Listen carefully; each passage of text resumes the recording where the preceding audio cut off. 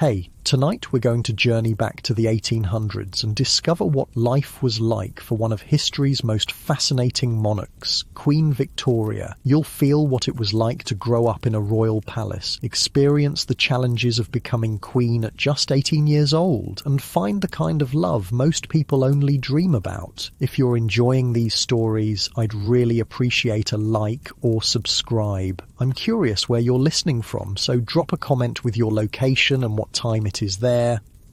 Now, find a cozy spot, take a slow, deep breath and let your body sink into comfort as we journey back in time together. Congratulations, you've just woken up in Kensington Palace on May 24th, 1819. The air feels slightly cool against your skin and the distant sounds of London's horse-drawn carriages echo through the open window. Sunlight streams in, catching dust motes dancing in the air. You're in the dining room of all places, and a woman is crying out in pain. This isn't just any birth. This is the arrival of a princess who will one day rule an empire spanning a quarter of the earth. The baby's first cry pierces the air, and you feel your own lungs expand with a deep breath of relief. The exhausted mother, Princess Victoria of Saxe-Coburg-Saalfeld, cradles her newborn daughter. The little one has soft pink skin and a surprisingly strong grip for such tiny fingers. The room smells of sweat and lavender water, a strange but not unpleasant combination. The dining room might seem a peculiar choice for a royal birth, but there's wisdom behind it. Hot water can be easily brought up from the kitchen below. Birth is a practical matter, even for royalty. Alexandrina Victoria, the new mother whispers, naming her daughter after the Russian Tsar Alexander and herself. Everyone will call her Victoria, though, a name that will one day become synonymous with an entire era. You feel the weight of knowing something these people don't. This tiny, red-faced baby will rule for 63 years. She'll oversee the greatest expansion of the British Empire, preside over the Industrial Revolution, and her name will come to define an age. But for now, she's just a baby, unaware of the destiny that awaits her. The new princess doesn't know it yet, but her path to the throne will be marked by sorrow. When you're just 8 months old, losing your father leaves a hole in your heart that never quite heals. Little Victoria's father, Prince Edward, Duke of Kent, passes away from pneumonia in January 1820, leaving her mother a widow for the second time. You feel a tightness in your chest as you watch the funeral procession, the weight of black clothing heavy on your shoulders even though you're just observing. Victoria's early childhood unfolds before you like the pages of a storybook. The palace feels vast to a small child, its long corridors perfect for echoing footsteps. The wooden floors are cold in the morning against bare feet, and the high ceilings make every sound reverberate. Victoria's mother becomes increasingly dependent on Sir John Conroy, her comptroller and advisor. You watch as Conroy's influence grows, his voice becoming louder in the household, his presence more imposing. Together, Victoria's mother and Conroy create what becomes known as the Kensington system, a strict set of rules meant to keep the young princess dependent and isolated. You feel the frustration building in your chest as Victoria is never allowed to be alone. She must sleep in her mother's bedroom, cannot walk downstairs without holding an adult's hand, and is kept away from other children her age. The weight of constant supervision presses down on your shoulders, making it hard to breathe freely, just as Victoria must have felt. Despite these restrictions, Victoria's spirit remains bright. You watch as she plays with her dolls, creating elaborate stories and sewing tiny costumes for them. Her laughter bubbles up, light and airy, when she romps with her beloved spaniel Dash. The dog's fur is silky beneath your fingertips when you imagine petting him. His warm body curled at the foot of Victoria's bed provides comfort on lonely nights. Victoria's education is comprehensive, especially for a girl in the 1800s. Her tutor, Reverend George Davis, is patient and kind. You sit alongside her as she learns to speak French, German, Italian, and Latin. Her small fingers grip the pen tightly as she practices her handwriting, the scratching sound of nib against paper oddly soothing. She has a natural talent for drawing, and you feel the satisfaction of creating something beautiful as she sketches landscapes and portraits. The years pass like pages turning in a book. Victoria grows into a serious, thoughtful young woman with a stubborn streak. Her neck and shoulders sometimes ache from sitting properly for hours during lessons. Her eyes grow tired from reading by candlelight. But her mind grows sharper, her understanding of the world deeper. You feel the gradual building of her character, the slow development of the strength she'll need in the years to come. Meanwhile, the succession to the British throne shifts and changes. Victoria was fifth in line when she was born, but as her uncles die without legitimate heirs, she moves closer and closer to the crown. There's a heaviness in the air, a sense of destiny approaching, as she becomes the heir presumptive. On the night before her 18th birthday in May 1837, Victoria writes in her diary, "You can almost feel the smooth pages beneath your fingers, smell the ink as it dries. I shall be good," she writes with determination. The simplicity of this promise belies the complexity of the task ahead.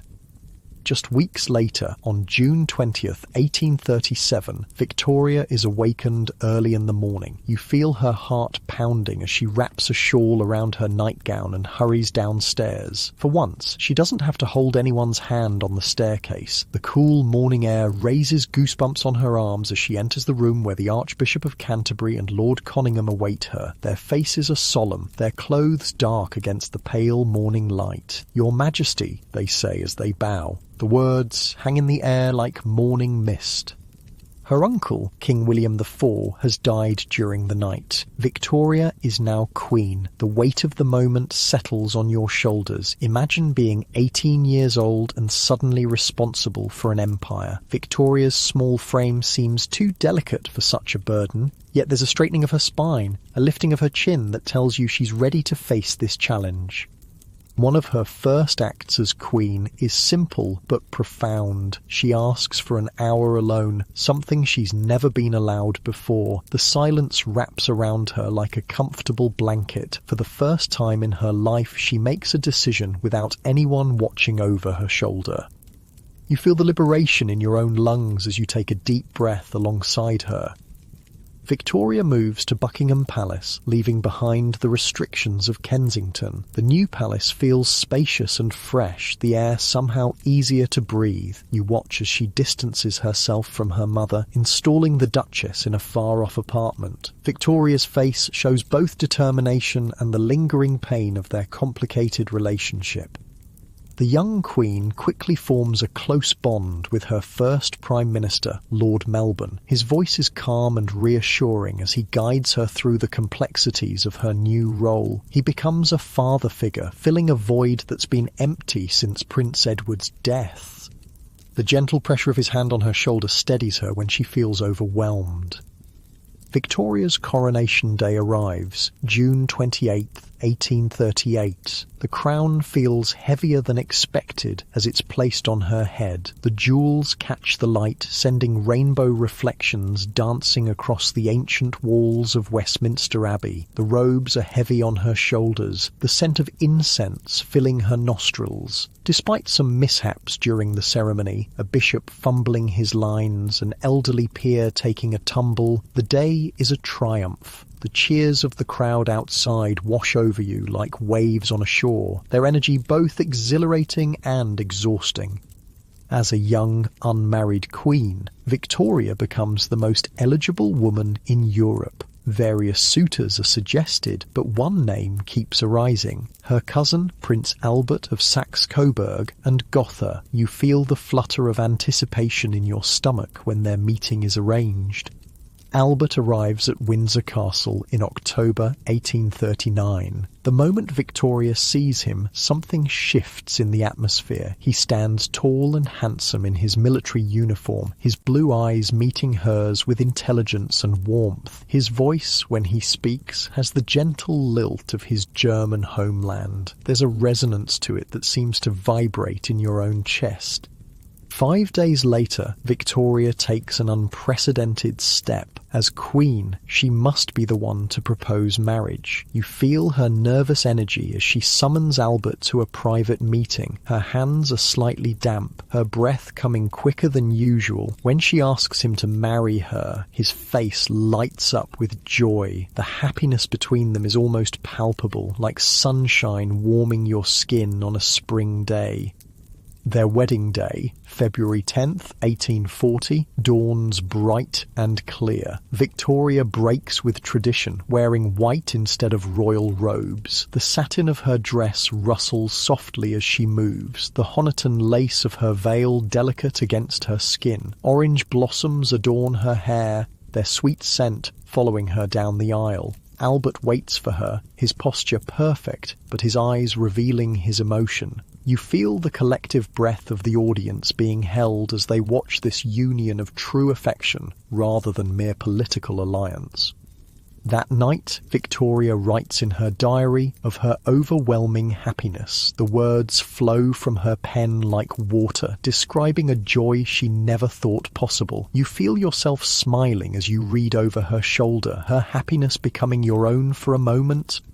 The newlyweds retreat to Windsor Castle for a brief honeymoon. The castle's stone walls keep out the February chill and fires burn brightly in every grate. The soft crackle of burning wood and the occasional distant footstep of a servant are the only sounds that break the contented silence between them.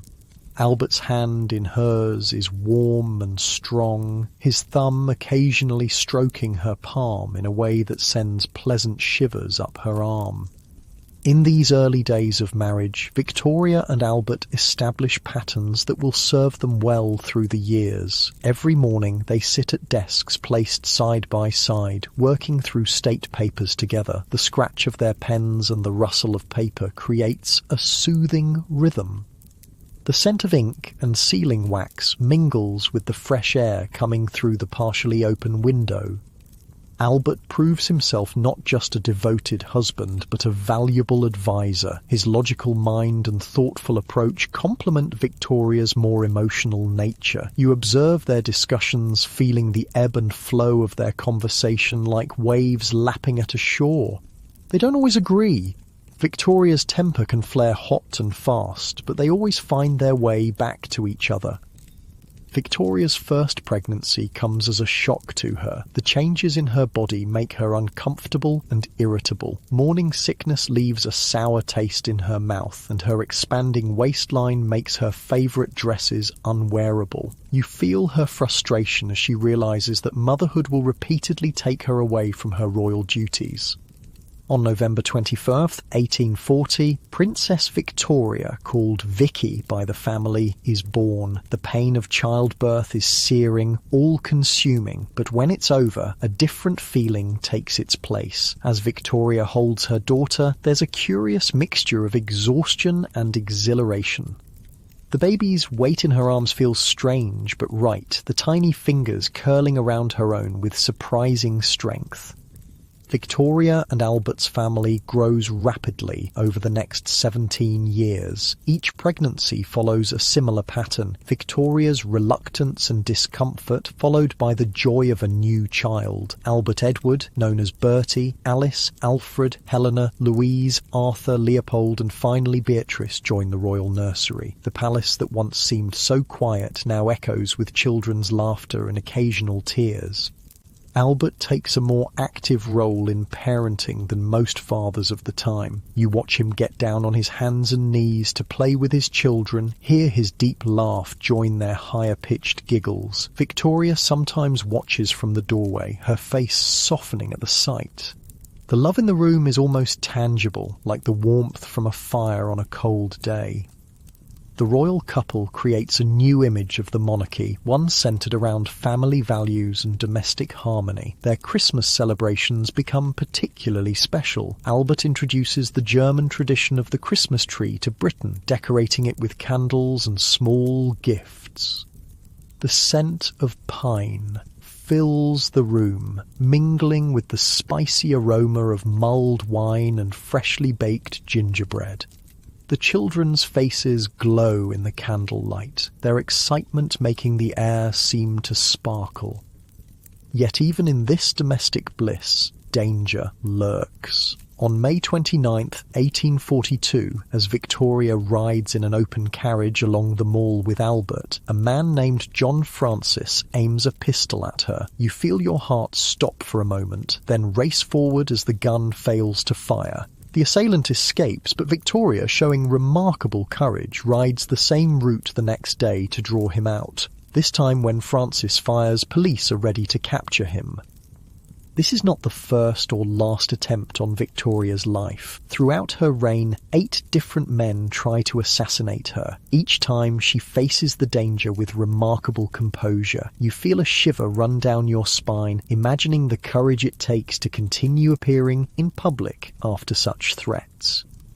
Beyond the palace walls, Britain is changing rapidly. The Industrial Revolution transforms the landscape from rural to urban. Factories spring up, their tall chimneys belching smoke into once clear skies. The air in cities becomes thick and hard to breathe, leaving a gritty taste at the back of your throat. The constant noise of machinery creates a background hum that never quite fades. For many people, these changes bring new hardships. Workers labour from dawn until dusk in dangerous conditions. Children as young as 5 or 6 work in mines and mills, their small bodies perfect for squeezing into tight spaces. The contrast between their lives and the comfort of the royal family is stark. Victoria herself holds conservative views about society. She believes people should remain in the class they were born to, and even opposes women's suffrage. Yet she shows compassion in other ways. During the Irish potato famine, which begins in 1845, she donates $2,000 from her personal funds to relief efforts, a significant sum that would be worth millions today.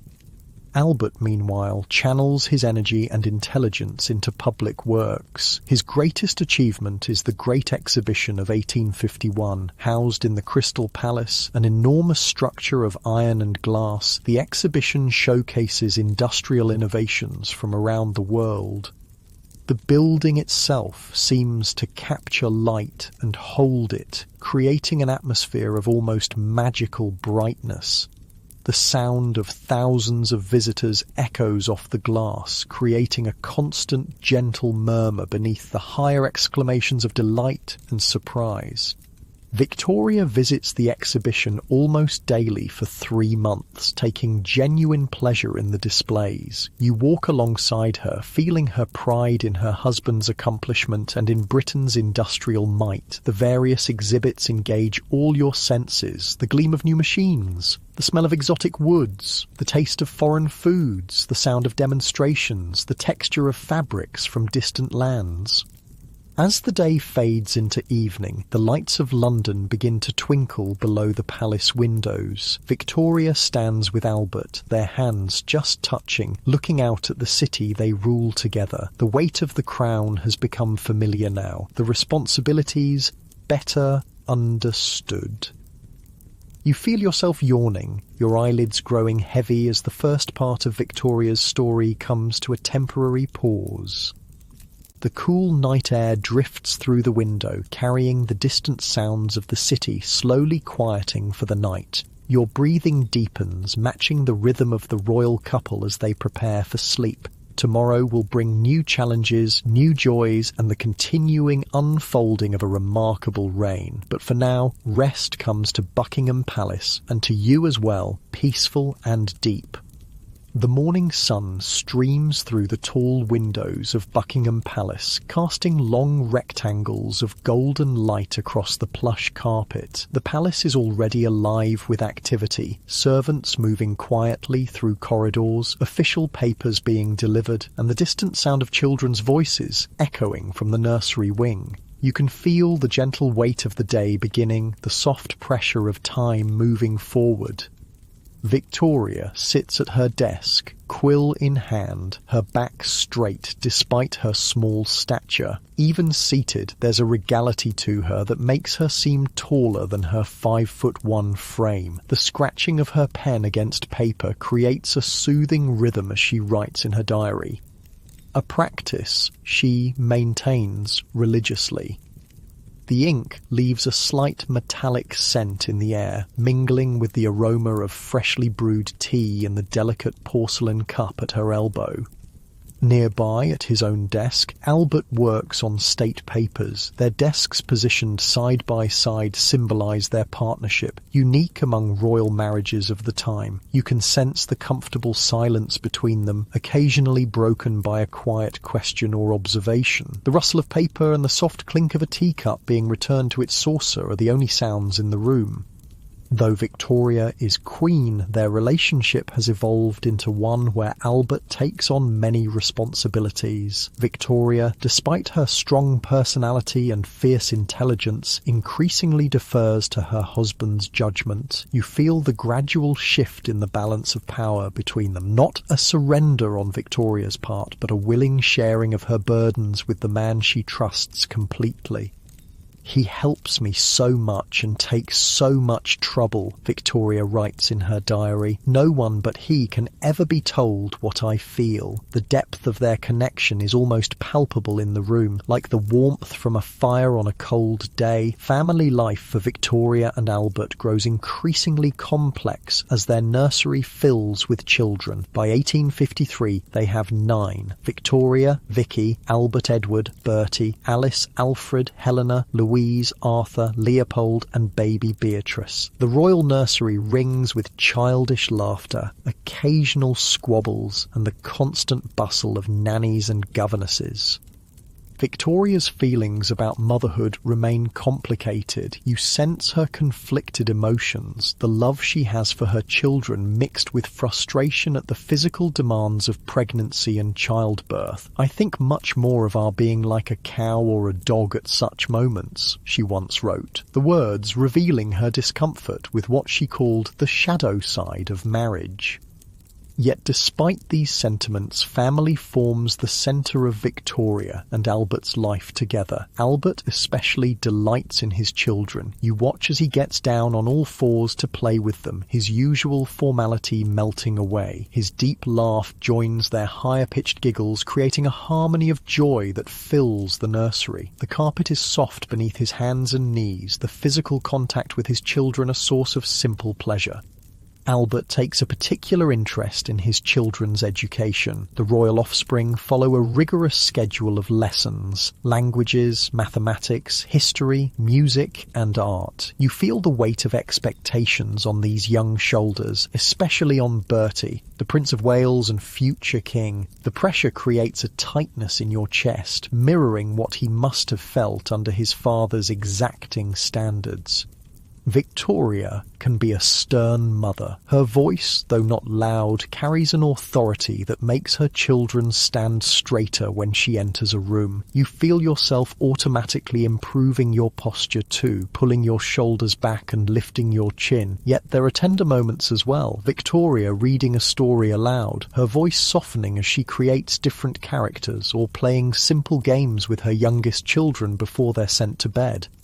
The royal couple creates new traditions that will shape family life in Britain for generations. Christmas becomes an especially important time. Albert introduces the German custom of decorating an evergreen tree, placing it in Windsor Castle's drawing room. The scent of pine fills the air, sharp and fresh, mingling with the warm spice of cinnamon and cloves from mulled wine being prepared in the kitchen. Candles flicker on the tree's branches, casting moving shadows on the walls. Small gifts hang from the boughs, wrapped in coloured paper that crinkles pleasantly when touched. The children's faces glow with excitement, their usual decorum forgotten as they circle the tree. You feel their wonder as if it were your own, the magic of the moment warming you from within. Beyond the palace walls, Britain continues its transformation. The railways, once a novelty, now crisscross the country like iron veins. The rhythmic chug of steam engines and the piercing sound of their whistles become part of the national soundtrack. Travel that once took days now takes hours. The world feels smaller, more accessible. Albert embraces these changes, seeing in them the path to Britain's future prosperity. Victoria, more cautious by nature, follows his lead. Together, they become symbols of a modern monarchy, one that values progress while maintaining traditions. The British Empire expands dramatically during these years, stretching across continents. Maps in palace studies show more and more areas coloured in British red, parts of Africa, India, Canada, Australia, and numerous smaller territories around the globe. Victoria becomes ruler of an ever-growing number of people of different races, religions, and cultures. You feel the enormous responsibility this represents, the weight of so many lives affected by decisions made in London. Victoria's role as a constitutional monarch means she must work closely with her government ministers. The relationship isn't always smooth. The Queen has strong opinions and doesn't hesitate to express them. You watch as she paces in her study after receiving dispatches she disagrees with, her skirts swishing against the carpet, her breathing quick with frustration. Albert often serves as mediator, his calm voice and logical mind helping to find compromise. His German accent, still noticeable after years in England, somehow adds authority to his words. The slight roll of his R's and precision of his consonants makes everything he says sound more considered, more definitive. In 1856, Victoria and Albert face a distressing situation. Their oldest daughter Vicky, now 16, has fallen in love with Prince Frederick Wilhelm of Prussia. The match is politically advantageous, strengthening ties with Prussia, but means sending their beloved daughter to a foreign court. You feel the conflict in Victoria's heart, the Queen approving the alliance while the mother dreads the separation. The engagement is announced and preparations begin for a royal wedding. Vicky's trousseau is prepared, fine linens and silks rustling as they're folded into trunks, jewels nestled in velvet cases, the sound of seamstresses' scissors snipping through fabric, and the quiet murmur of their conversation fills the workrooms. The scent of lavender sachets placed among the clothes to keep them fresh perfumes the air. On January 25, 1858, Princess Victoria marries Prince Frederick Wilhelm at the Chapel Royal in St James's Palace. The bride is radiant in white silk and Honiton lace, similar to her mother's wedding dress 18 years earlier. Tears glisten in Victoria's eyes as she watches her daughter take her vows. You feel the bittersweet ache in your own chest, pride and happiness tinged with the knowledge that tomorrow Vicky will leave for Prussia. The separation proves as difficult as Victoria feared. Letters become their only connection. Pages and pages written in Victoria's distinctive hand crossing the sea to reach her daughter. The scratching of her pen seems more urgent now, the words flowing faster as she pours her thoughts and feelings onto paper. You sense how much remains unsaid, how inadequate words feel compared to an embrace.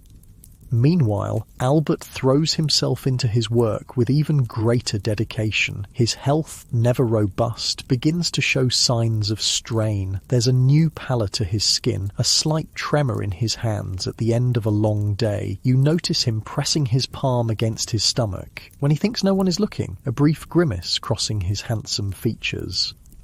In 1861, tragedy strikes the royal family. In March, Victoria's mother, the Duchess of Kent, dies. Despite their complicated relationship, Victoria is devastated. The grief settles on her shoulders like a physical weight, making her movements slower, her voice quieter. You feel the heaviness in your own limbs, the effort it takes just to breathe through sorrow. Albert supports Victoria through this loss, putting aside his own increasing health problems. The summer heat seems to drain him further. By autumn, his condition is noticeably worse. His clothes hang more loosely on his frame, and dark circles appear beneath his eyes. The effort of climbing stairs leaves him breathing heavily, a hand pressed to his chest. Despite his declining health, Albert continues to fulfil his duties. In November, he travels in cold, wet weather to Cambridge to deal with a scandal involving their son, Bertie. The Prince of Wales, now 20, has been involved with an actress, a situation that horrifies his parents. You feel Albert's disappointment and worry like a knot in your stomach, tightening with each cough that racks his frame. Upon his return to Windsor Castle, Albert takes to his bed. Doctors are summoned, their leather bags containing instruments and medicines creating a dull thud as they're set down on bedside tables. The smell of illness pervades the room, medicinal, sharp, with an underlying note of sweat and fear. Victoria rarely leaves his side. You watch as she holds his hand, her thumb tracing circles on his palm as if trying to transfer her own vitality into him. His skin feels cool and dry beneath her touch, the bones more prominent than they were just weeks ago. The curtains are drawn against the December light, casting the room in a perpetual twilight that feels appropriate to the sombre mood. On December 14th, 1861, Prince Albert dies at the age of 42. The diagnosis is typhoid fever, though modern historians suggest it might have been Crohn's disease or abdominal cancer. Whatever the cause, the result is the same. Victoria's beloved husband, her strength and support for 21 years, is gone. The silence that follows is absolute, deafening in its completeness. For a moment, it seems as if the entire castle holds its breath. Then comes Victoria's cry, not loud, but filled with such raw anguish that it pierces you to the core. You feel tears welling in your own eyes, your throat tightening in sympathy. "My life as a happy one is ended," Victoria writes later. "The world is gone for me." The depth of her grief is fathomless, like falling into a dark well with no bottom. The ink on the page is blotched in places where her tears have fallen, making the words waver like reflections in disturbed water. The funeral arrangements proceed with the mechanical precision of royal protocol. Black-edged announcements are sent, mourning clothes prepared, the ceremonial aspects organised. The smell of black crepe and dye fills the palace as servants and courtiers don mourning attire. Outside, the December sky is appropriately grey, a light drizzle falling as if nature itself weeps for the prince consort. Albert is laid to rest in the royal mausoleum at Frogmore, which Victoria will spend years perfecting as a monument to their love. But this is just the beginning of her mourning. In the days that follow, you watch as Victoria withdraws into herself, shrinking from light and company. Her movements become slow, as if she's walking underwater. The black of her mourning clothes seems to absorb whatever light is left in her world. The Queen's grief transforms into something more than personal sorrow. It becomes an institution, a defining characteristic of her reign. Albert's rooms are preserved exactly as he left them, down to the basin of water and fresh towels brought every morning. The routine continues, as if he might return at any moment, the servants moving quietly through their tasks with downcast eyes. Victoria emerges from the initial shock into a state of perpetual mourning. She will wear black for the remaining 40 years of her life, the heavy fabrics weighing on her small frame like the grief weighs on her heart. You feel the physical burden of it, the tight collars, the layers of bombazine and crepe, the jet jewellery that clinks softly with every movement. The Queen retreats from public life, earning herself the nickname Widow of Windsor. She avoids London, preferring the seclusion of Windsor Castle, Osborne House on the Isle of Wight, or Balmoral in Scotland. Each place holds memories of Albert that are both precious and painful. You sense her conflict, wanting to be where she feels his presence most strongly, yet each familiar corner bringing fresh waves of grief. Victoria's children struggle with their mother's all-consuming sorrow. They too have lost a father, but find their own grief overshadowed by the Queen's. You feel their confusion and hurt as Victoria withdraws from them emotionally, seeming to preserve all her love for Albert's memory. The warmth that once filled family gatherings gives way to a chill that has nothing to do with the temperature. For the country, the Queen's seclusion creates problems. Public appearances had been an important part of monarchy, connecting the ruler to the people. As months of mourning stretch into years, discontent grows. Newspapers question whether a perpetually absent Queen serves any purpose. Republican sentiment, never strong in Britain, begins to gain ground. Yet even in her grief, Victoria continues to fulfil her constitutional duties. State papers are still reviewed, ministers still received, decisions still made. The work provides some distraction, though it's now tinged with bitterness that she must do it alone. The scratching of her pen on paper continues, but slower now, less certain without Albert's guidance. Victoria's household changes to accommodate her new status. Two figures in particular gain prominence: her Scottish servant John Brown and her Indian attendant Abdul Karim. Brown's blunt manner and unswerving loyalty provide a kind of comfort. His Scottish accent, with its rolling R's and distinctive cadence, becomes familiar in the royal residences. You notice how Victoria seems to stand straighter in his presence, as if his strength bolsters her own. Nights are the hardest time. Darkness brings quiet, and quiet brings thoughts, memories of Albert that flood back with painful clarity. The sound of his voice, the touch of his hand, the particular way he would tilt his head when considering a problem, all haunt Victoria as she lies awake. You feel the ache of absence, the empty space beside her that once held his warmth. Sleep, when it comes, brings dreams of Albert that are both comfort and torment. Victoria often wakes with tears on her cheeks, reaching across the bed before remembering. The cycle of grief continues day after day, the pain dulling slightly with time but never truly fading.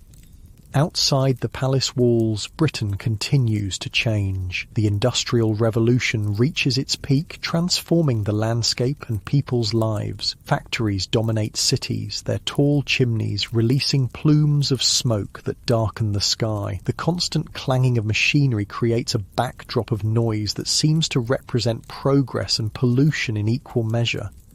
For the wealthy, this is a time of unprecedented prosperity. Fine homes are built, filled with manufactured goods now available to the middle classes. Gaslighting illuminates streets and homes, making the nights less dark. The soft hissing sound and gentle glow of gas lamps create a more hospitable nighttime environment in cities once plunged into fearful darkness after sunset.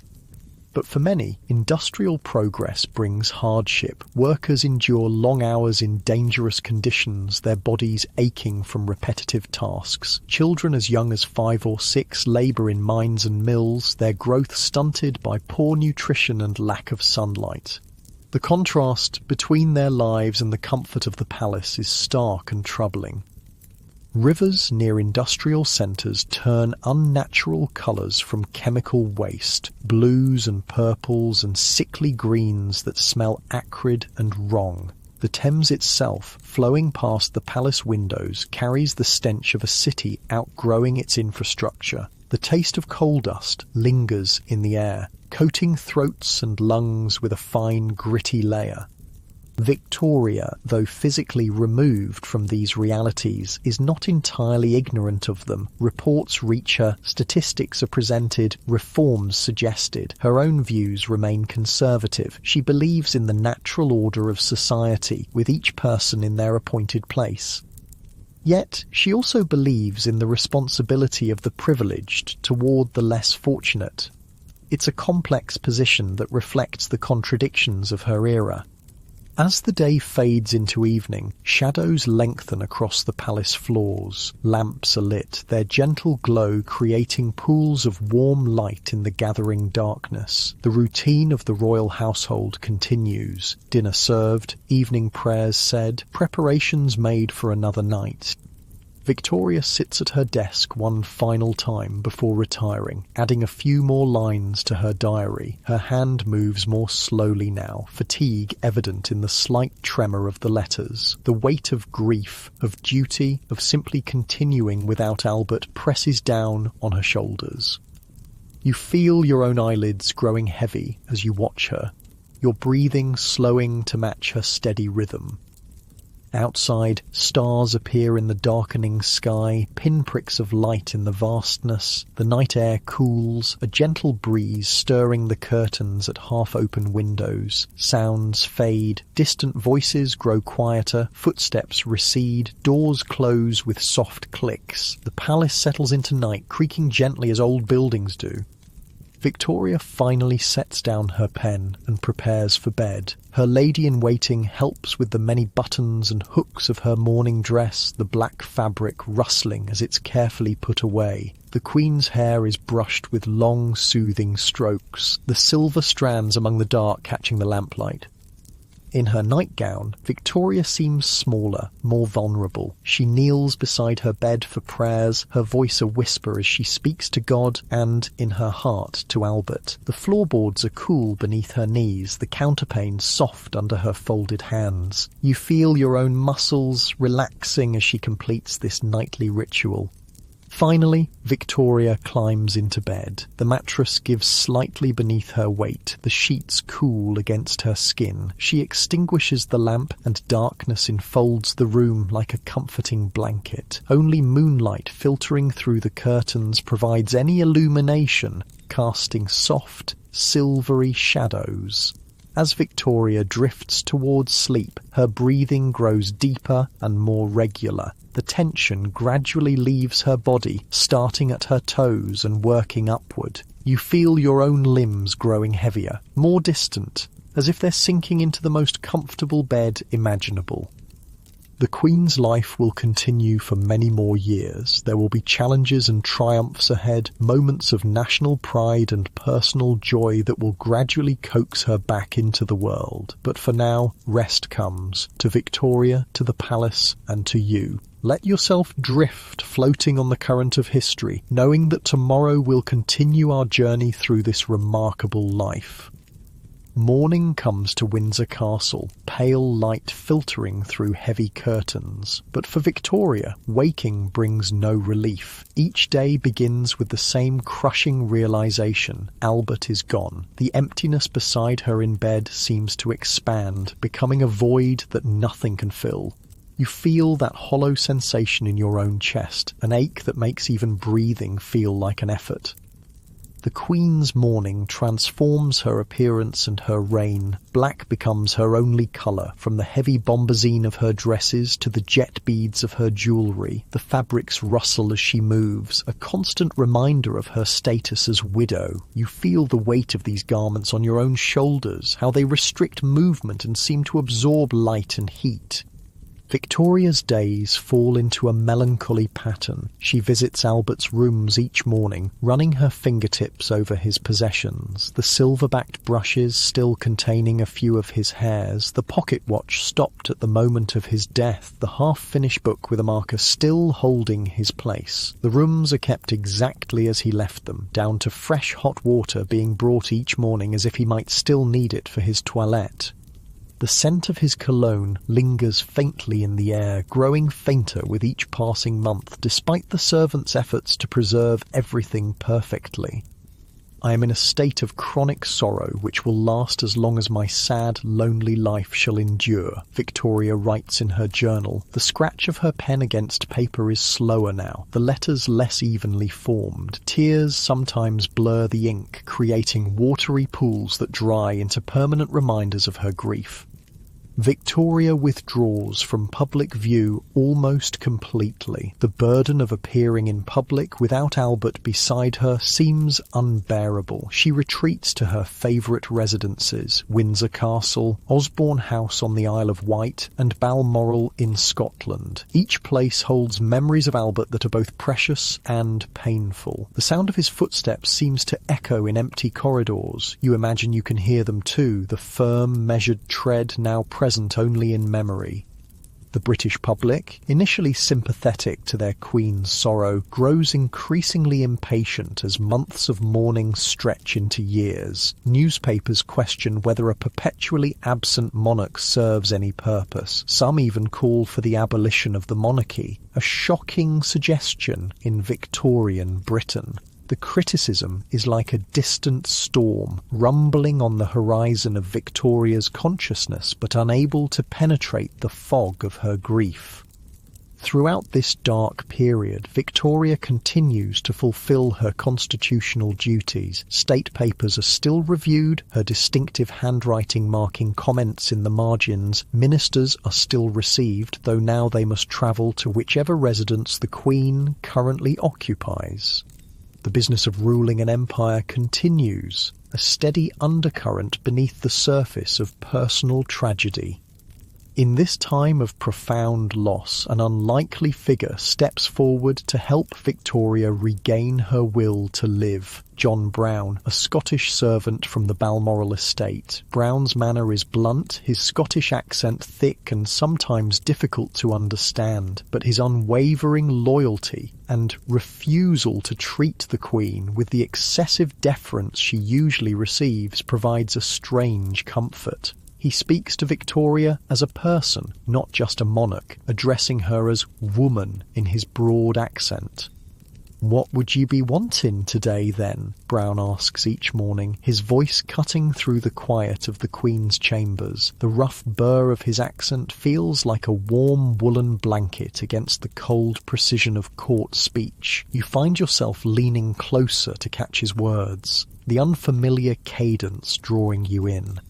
Brown encourages Victoria to spend time outdoors, insisting on daily walks regardless of weather. The Highland air is bracing, the scent of pine and heather clearing the head like smelling salts. Rain patters on umbrellas or sunshine warms their faces as they walk the paths around Balmoral. The soft squelch of mud beneath boots, the distant bleating of sheep on the hills, the call of birds overhead, all these sounds gradually begin to penetrate Victoria's cocoon of grief. The relationship between Queen and servant raises eyebrows and prompts gossip. Some cruelly refer to Victoria as Mrs. Brown, implying an improper connection. You feel a flash of indignation on her behalf at these whispers, knowing that Brown's value lies in his forthright manner and steadfast support, not any romantic entanglement. He becomes her shield against a world that expects her to simply move on from losing the centre of her existence. Slowly, almost imperceptibly, Victoria begins to emerge from the deepest phase of her mourning. She will wear black for the rest of her life, but the acute pain gradually transforms into a more manageable sorrow. It's like watching a wound heal, still leaving a scar, but no longer raw and bleeding. You feel this in your own body, the way sharp pain can dull to an ache that becomes simply part of who you are. By the late 1860s, Victoria begins to increase her public appearances. She still avoids London as much as possible, but agrees to open Parliament in 1866 and 1867. The weight of the crown on her head feels different now, heavier without Albert to share the burden, yet somehow a reminder of the strength she possesses. The velvet and ermine of her parliamentary robes rustles softly as she walks to the throne, the sound echoing in the hushed chamber. Two men prove instrumental in coaxing Victoria back into public life. Her eldest son Bertie, now Prince of Wales, and Prime Minister Benjamin Disraeli. Bertie, though often at odds with his mother, takes on more royal duties during her seclusion. His easy charm and sociability make him popular with the public, something Victoria regards with mixed feelings. You sense her conflict, pride in her son mingled with irritation at his very different approach to royal duties. Disraeli, with his novelist's understanding of human nature, approaches Victoria with flattery and genuine interest. Everyone likes flattery, he once remarked, and when it comes to royalty, you should lay it on with a trowel. His conversations with the Queen are peppered with compliments delivered in his distinctive voice, low and melodious, with precise enunciation that somehow enhances rather than diminishes his sincerity. The sound of his voice seems to lift Victoria's spirits, the corners of her mouth turning up almost despite herself. Under their combined influence, Victoria gradually resumes her role as the visible symbol of the monarchy. Each public appearance requires enormous effort, like lifting a great weight. You feel the strain in your own muscles, the way your heart might race before facing a crowd. For Victoria, every outing is haunted by Albert's absence. Yet each successful engagement builds her confidence for the next. The year 1876 brings a significant change to Victoria's title. Parliament votes to grant her the additional title of Empress of India, recognising Britain's control over the subcontinent. The new title pleases Victoria greatly. "We are Empress of India," she declares, the plural pronoun a reminder of how she still considers herself joined to Albert, even in death. Victoria develops a fascination with India, though she never visits its shores. The vibrant colours, exotic scents and rich culture of the jewel in Britain's imperial crown captivate her imagination. You picture the contrast between her perpetual black mourning clothes and the brilliant hues of Indian textiles, spices and jewellery that find their way to her residences, islands of colour in her monochrome existence. This interest intensifies in 1887 when Abdul Karim joins her household during her Golden Jubilee celebrations. Initially a waiter, Karim quickly becomes Victoria's munshi, or teacher, instructing her in Urdu and sharing insights about Indian culture. His voice, accented but clear, introduces new sounds and cadences to the palace. The unfamiliar words of Urdu feel round and smooth in your mouth as you imagine Victoria practicing them, her British accent transforming the flowing language into something more clipped and precise. Victoria's relationship with Karim scandalises the royal household even more than her friendship with Brown had done. Racial prejudice runs deep in Victorian society, and the sight of their queen treating an Indian servant as a trusted companion provokes outrage among courtiers. You feel a tightness in your chest at the unfairness of these attitudes, the way fear of difference can manifest as cruelty. But Victoria, now in her 60s and increasingly confident in her own judgment, ignores the disapproval. She values Karim's perspective and enjoys his company. The scent of Indian spices sometimes wafts from her apartments as Karim introduces her to cuisine from his homeland. Cinnamon, cardamom and cloves create an aromatic cloud that seems exotic and mysterious in the traditionally British environment of the palace. Throughout these later years of her reign, Victoria's family continues to expand. Her children marry into royal houses across Europe, earning her the nickname Grandmother of Europe. Her descendants sit on the thrones of Germany, Russia, Spain, Greece, Romania, and Norway. Family gatherings become complex diplomatic affairs, with Victoria firmly at the centre as matriarch. The nurseries at Windsor, Balmoral and Osborne fill with a new generation. Victoria takes more joy in her grandchildren than she sometimes did in her own children. The sound of their laughter echoes through rooms that had been too quiet for too long. The patter of small feet on marble floors, the excited whispers of children trying and failing to be quiet near Grandmama's study, these sounds bring life back to spaces that grief had silenced.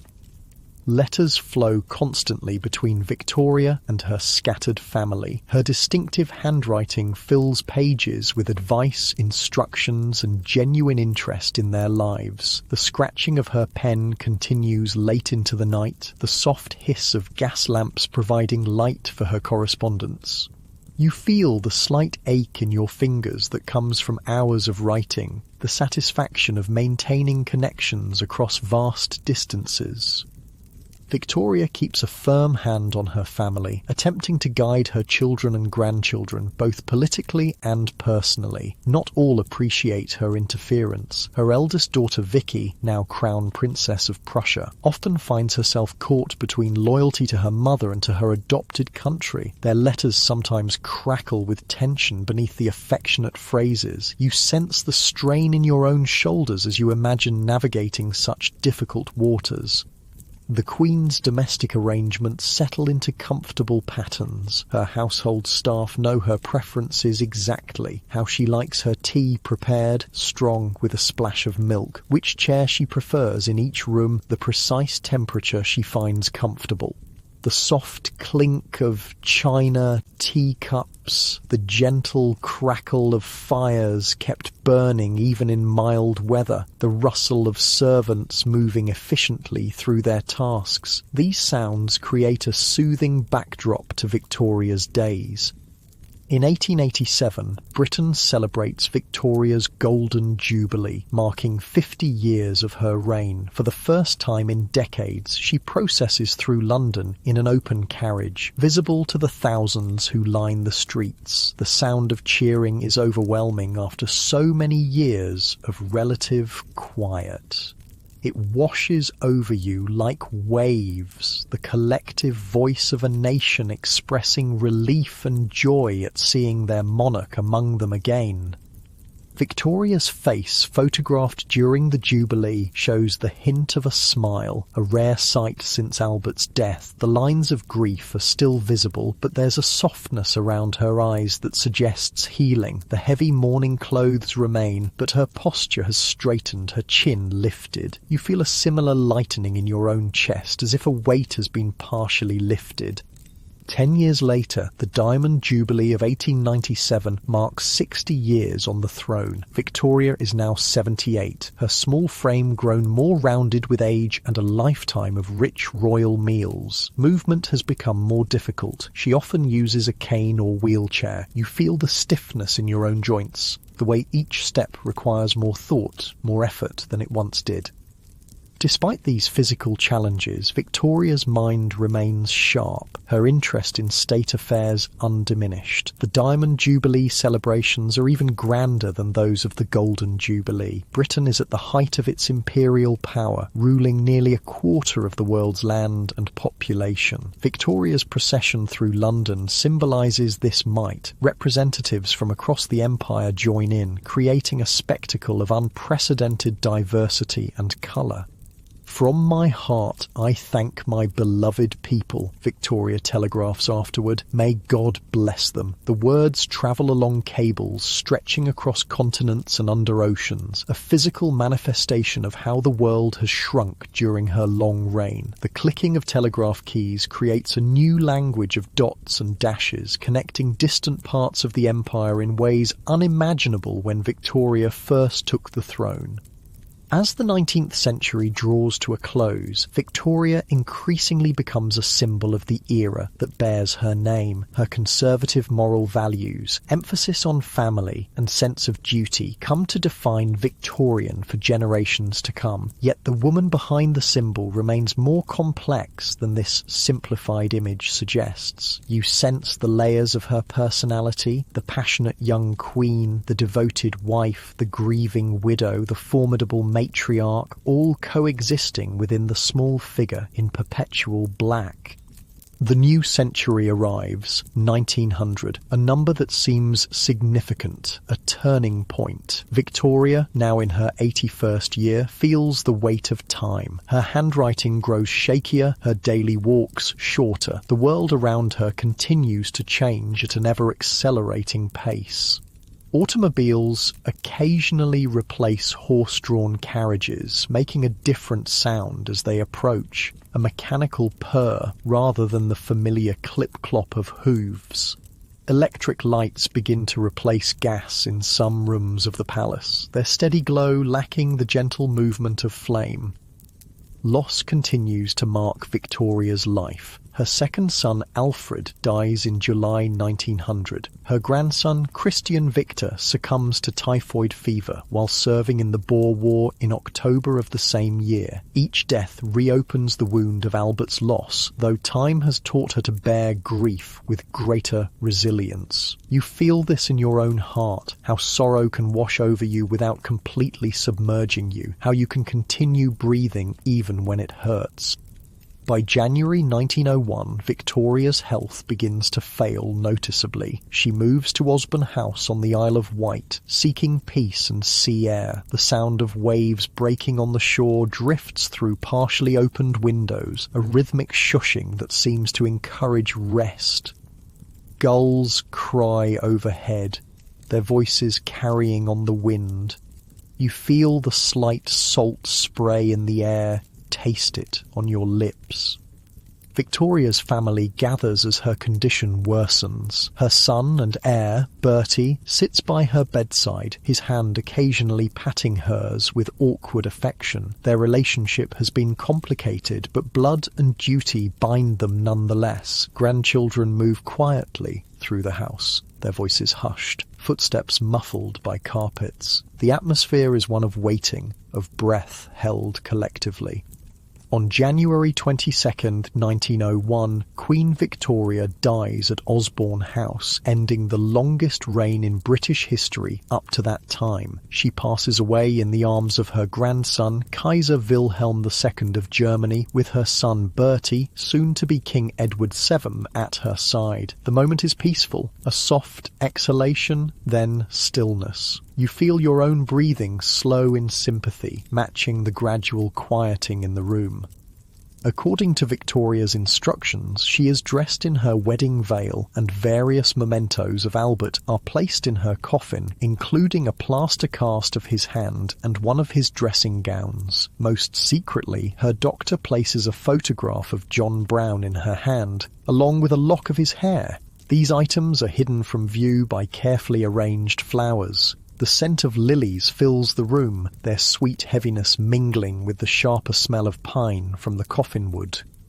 Victoria's funeral procession moves through streets lined with mourners. The rhythmic step of the military escort creates a solemn cadence. Flags fly at half-mast, their fabrics snapping softly in the winter breeze. Church bells toll across the nation, their deep resonance felt as much as heard. You sense the vibration in your chest, a physical manifestation of collective grief. The Queen who shaped an era is laid to rest beside her beloved Albert in the Royal Mausoleum at Frogmore. Above the entrance are inscribed her own words, "Farewell, best beloved, here at last I shall rest with thee in Christ I shall rise again." The stone is cool and permanent, the letters carved deep enough to withstand weather and time. You trace them in your mind, feeling the curves and lines of each word. Victoria's death marks the end of an era that bore her name. The Victorian Age, with its rapid industrialization, imperial expansion, social reforms, and distinctive moral code, passes into history with its namesake. Her son, Edward VII, ushers in the Edwardian era, a brief but significant shift in tone and attitude before the cataclysm of World War I. Yet Victoria's legacy continues. Her descendants still occupy thrones across Europe. The institutions she supported, the traditions she established, the moral values she championed, all continue to influence British society long after her death. Even today, over a century later, to call something Victorian immediately evokes a specific time, place, and set of values. As night falls over Frogmore, stars appear in the clear January sky. The Royal Mausoleum stands silhouetted against the darkness, its dome a perfect curve against the scattered points of light. Inside, Victoria and Albert rest side by side, reunited at last after nearly 40 years of separation. The grounds are quiet now, visited only by the occasional deer stepping softly across the grass or an owl swooping silently between trees. Your own eyelids grow heavy as you imagine this peaceful scene, the story of Victoria, the girl who wasn't meant to be queen, the young woman who embraced her destiny, the wife whose love transcended death, the monarch who defined an age, settles in your mind like a cherished book being gently closed after the final page. The rhythm of your breathing slows, matching the steady cadence of time itself. Your limbs feel pleasantly heavy, sinking deeper into comfort with each exhale. The tensions of the day release gradually, muscles relaxing one by one from your toes upward. Sleep approaches like a gentle tide, ready to carry you into dreams perhaps filled with royal processions, highland landscapes, or the soft glow of gas lamps in palace corridors. Tomorrow we'll explore more of Victoria's world, the empire she ruled, the people she influenced, the changes she witnessed over her remarkable 63-year reign. But for now, rest comes easily, deeply, completely.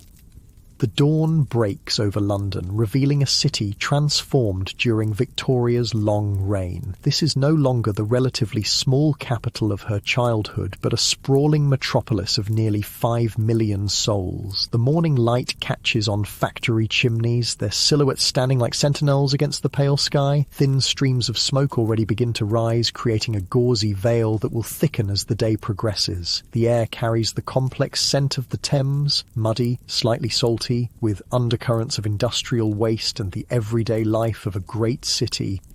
To understand Queen Victoria's world fully, we must step back from the palaces and royal residences and walk the streets of the nation she ruled for 63 years. The Britain of Victoria's reign was a place of dramatic contrasts, of unprecedented wealth and grinding poverty, of technological marvels and ancient traditions, of moral strictness and hidden vices. You feel these contradictions as a curious tension in your body, a pulling in different directions that somehow maintains a precarious balance.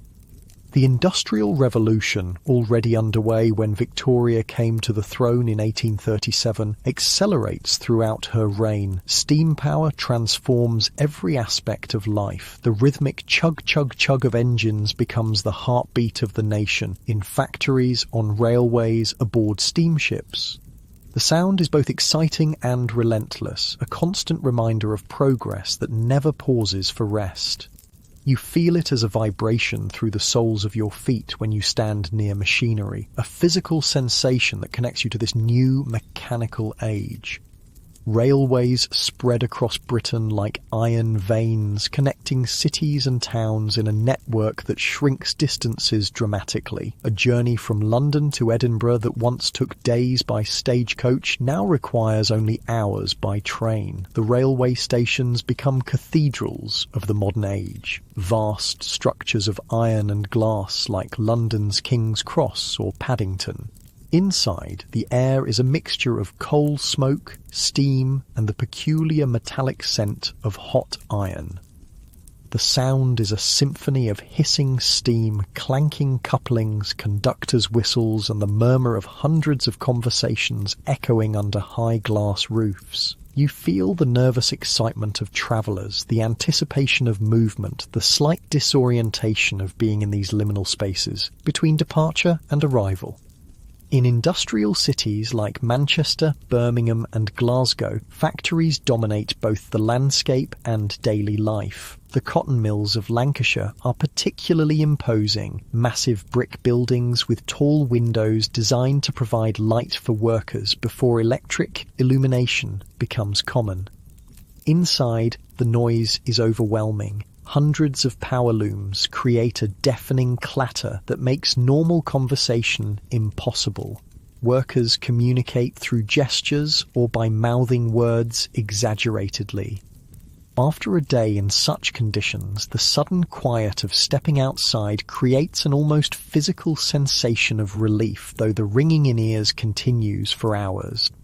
The air in these industrial towns hangs heavy with coal smoke and factory emissions. It leaves a gritty taste on the tongue and a fine layer of soot on skin and clothing. Handkerchiefs used to wipe faces come away smudged with black. Laundry hung out to dry acquires a grey tinge no amount of soap can fully remove. The constant presence of this pollution creates a slight but persistent tightness in the chest, a subtle reminder of the cost of progress. Workers rise before dawn, their day beginning with the factory whistle that pierces the early morning darkness. The sound cuts through dreams, demanding immediate wakefulness. Feet hit cold floorboards, bodies aching from yesterday's labour even before today's begins. A hasty breakfast of bread and tea provides little sustenance but offers at least the comfort of warmth in the belly before venturing into often frigid morning air. You feel the hollow emptiness that comes from insufficient rest and nutrition, the way it makes limbs heavier and thoughts slower. For many workers, home is a terraced house in the shadow of the factory where they labour. These houses are built quickly and cheaply to accommodate the swelling urban population. They stand in long, identical rows, often back-to-back with another row, meaning no windows or ventilation at the rear. Inside, space is limited, perhaps 2 rooms downstairs and 2 upstairs for a family that might number 6, 8 or more. The walls are thin enough to hear neighbours' conversations or arguments. The smell of cooking, washing and human bodies mingles in these close quarters, creating a distinctive domestic aroma that is neither pleasant nor unpleasant, simply familiar.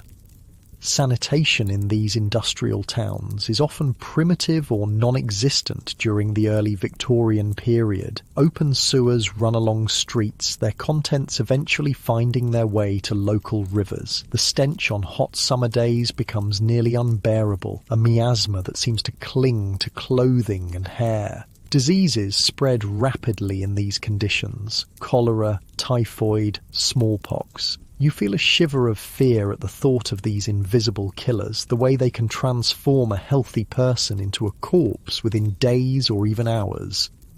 The wealthy, meanwhile, live in a different world entirely. Their homes in fashionable London neighbourhoods or country estates exist in stark contrast to workers' housing. High ceilings, large windows, spacious rooms and gardens provide light, air and separation from neighbours. The scent of beeswax, polish, fresh flowers and quality food creates an atmosphere of comfort and privilege. Servants maintain these spaces in immaculate condition, the gentle swish of their dusters and brooms a barely noticeable background to daily life. You feel the expansiveness of these spaces, how they allow bodies and minds to stretch out without constraint. Victoria herself remains somewhat insulated from the harsh realities of industrial Britain, though reports reach her through government ministers and official visits. The monarchy's role is changing during her reign, becoming less politically powerful but more symbolically important. Victoria and Albert consciously craft an image of royal respectability and family values that resonates with the growing middle class. Their domestic harmony, displayed in carefully staged photographs and official portraits, becomes a model to which ordinary families aspire. You sense the deliberate nature of this image-making, the way it creates both connection and distance between monarch and subjects. The middle class expands dramatically during the Victorian era. These are the managers, professionals, merchants and skilled tradespeople who benefit from industrial growth without experiencing the worst hardships of factory labour. Their homes are comfortable, if not luxurious. The parlour becomes the centre of middle-class domestic life, a room kept for receiving visitors and family gatherings, often containing the household's most prized possessions. The upright piano against one wall, the aspidistra plant in the window, the framed family photographs on side tables, all these become iconic elements of middle-class Victorian homes. The ticking of the mantel clock measures out time in these orderly households. Its steady rhythm, a reassurance that all is proceeding as it should. You feel the security of this regulated existence, the comfort of knowing what comes next. Education expands throughout Victoria's reign. The Education Act of 1870 establishes board schools to provide elementary education for all children. The scratching of pencils on slates creates a distinctive sound in classrooms across Britain, accompanied by the sing-song recitation of multiplication tables or spelling words. The smell of chalk dust, ink, and polished wooden desks becomes associated with learning for generations. You recall this scent from your own school days, how it can instantly transport you back to childhood.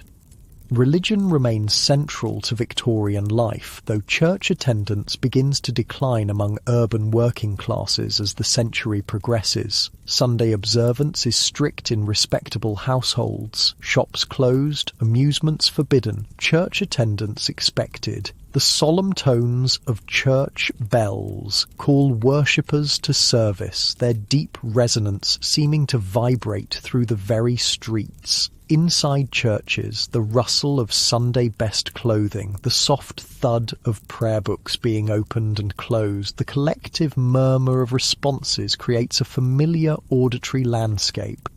You feel your posture automatically improving, back straightening as if sitting in a hard wooden pew.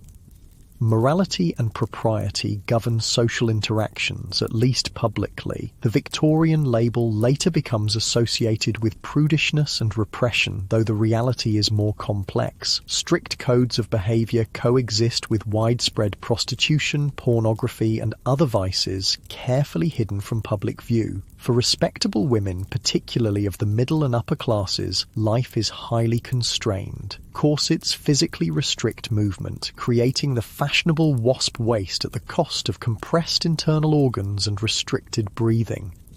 You feel the pressure around your ribs, the way each breath can only be shallow, the slight lightheadedness that comes from perpetual oxygen deprivation. Throughout Victoria's reign, movements for social reform gain momentum. Campaigners like Lord Shaftesbury work to improve conditions for child labourers and factory workers. Florence Nightingale transforms nursing during the Crimean War, establishing it as a respectable profession for women. The suffragist movement begins advocating for women's right to vote, though Victoria herself disapproves, calling it a mad, wicked folly. You feel the tension between progress and tradition, the way change both excites and frightens, promising improvement while threatening comfortable certainties. As the sun rises higher, we turn our gaze beyond Britain's shores to the vast empire over which Victoria presides. At its height, the British Empire covers approximately 1/4 of the Earth's land surface and rules over 1/4 of the world's population. The phrase "the empire on which the sun never sets" becomes literally true. At any given moment, some part of Britain's global dominion is in daylight. The weight of this responsibility is enormous, though Victoria herself never travels beyond Europe. You feel the curious mixture of pride and burden that imperial power brings, the way it stretches Britain's sense of self across oceans and continents. India becomes the jewel in the crown of the British Empire. After the Indian Rebellion of 1857, or the First War of Independence as it's known in India, the British government officially takes control from the East India Company. In 1876, Victoria becomes Empress of India, a title she particularly values. The subcontinent's rich culture, ancient traditions, and striking diversity fascinate the Queen, particularly in her later years when Abdul Karim becomes her munshi, or teacher. Through him she learns some Urdu and develops an appreciation for Indian cuisine. The The spices, cardamom, cinnamon, turmeric, create aromas entirely different from traditional British cooking, exotic and enticing. You imagine the surprise of palace servants at these new scents wafting from the royal apartments, their unfamiliarity both intriguing and slightly alarming. Across Africa, British territorial claims expand throughout Victoria's reign. Kenya, Uganda, Nigeria, Ghana, Zimbabwe, then Rhodesia, South Africa, all become part of the empire through a combination of exploration, commercial enterprise, missionary activity, and military conquest. The motivations for imperial expansion are complex: economic opportunity, strategic advantage, the genuine if patronizing belief in bringing civilization to supposedly primitive peoples. You feel the contradiction between the idealistic justifications and the often brutal realities of imperial rule, the way good intentions can pave roads to places far from paradise. In Australia and New Zealand, British colonies established before Victoria's reign grow and develop their own distinct identities while maintaining strong ties to the mother country. Transportation of convicts to Australia continues until 1868, creating societies built partially on the labour of those Britain rejected. Gold rushes in the 1850s transform the Australian colonies, bringing waves of immigrants and sudden wealth. The vast open spaces of these southern lands contrast sharply with crowded Britain, the abundant sunshine a dramatic change from London's frequent fog and drizzle. You sense how the physical environment shapes developing national characters, more relaxed, less formal, adapted to heat and distance in ways that surprise visitors from the homeland. Canada achieves confederation in 1867, uniting formerly separate British colonies into a dominion within the empire. The relationship between Britain and these settler colonies becomes increasingly complex during Victoria's reign, still bound by loyalty to the crown, but increasingly self-governing and distinctive. The Queen takes genuine interest in these distant subjects, though she never visits them. Letters and reports bring news from across the globe to her desk, alongside samples of local products and occasionally even wildlife. You picture the curiosity with which these exotic items are examined in palace rooms so far removed from their origins.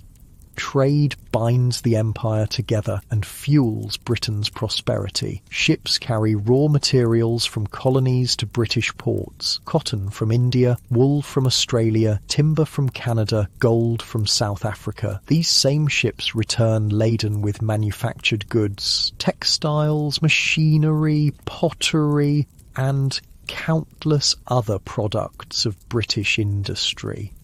The rhythm of loading and unloading creates constant activity at docks in London, Liverpool, Glasgow, and other port cities.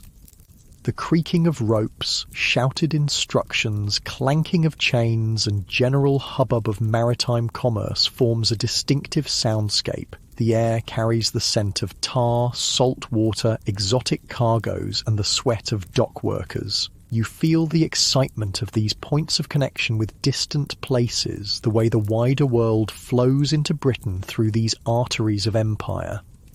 The Royal Navy guarantees the security of these trade routes, its ships patrolling seas across the globe. Naval power underpins imperial expansion and protection, making Britain the world's predominant maritime force. The wooden ships of Nelson's time gradually give way to iron and steel vessels powered by steam rather than wind. The Navy becomes a symbol of national pride, its traditions and rituals part of Britain's self-image. Young boys dream of adventure on the high seas, though the reality of naval life involves discomfort, danger, and long separation from home.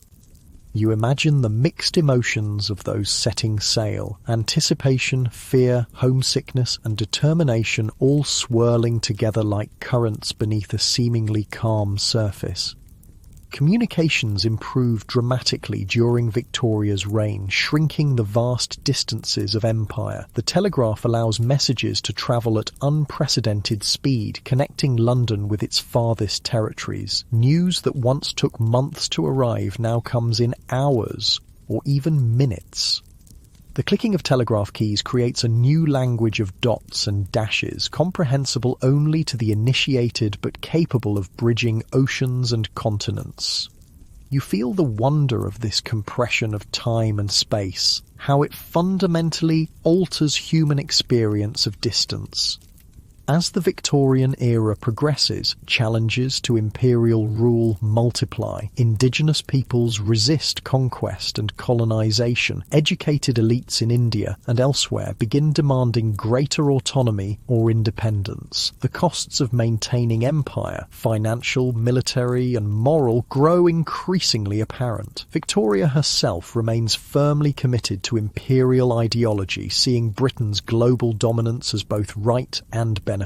Her perspective reflects her era, with little recognition of the violence and exploitation often underlying imperial expansion. You sense the seeds of future conflict being sown, though their full flowering will come long after Victoria's death. Back in Britain, the everyday texture of life continues to evolve throughout the Queen's long reign. Gaslighting transforms cities and towns, extending activity into hours once claimed by darkness. The soft hissing of gas lamps and their warm yellow glow become familiar features of urban evenings. Later, electric lighting begins to appear, its steadier, brighter illumination suggesting a new era of technological progress. You notice how artificial light changes human experience of time, making night less mysterious, less separate from day, creating new possibilities for work and leisure. Photography, invented shortly before Victoria's accession, develops from exotic novelty to commonplace during her reign. For the first time, ordinary people can possess accurate images of themselves and loved ones. The formal portrait becomes a ritual, subjects sitting utterly still, holding expressions for the long exposure times required by early cameras. The chemical smell of photographic studios, the photographer's head disappearing beneath black cloth, the flash of magnesium powder, all become familiar aspects of this new visual culture. You imagine the strange sensation of seeing one's own face precisely captured, how it might feel both familiar and somehow alien when first experienced.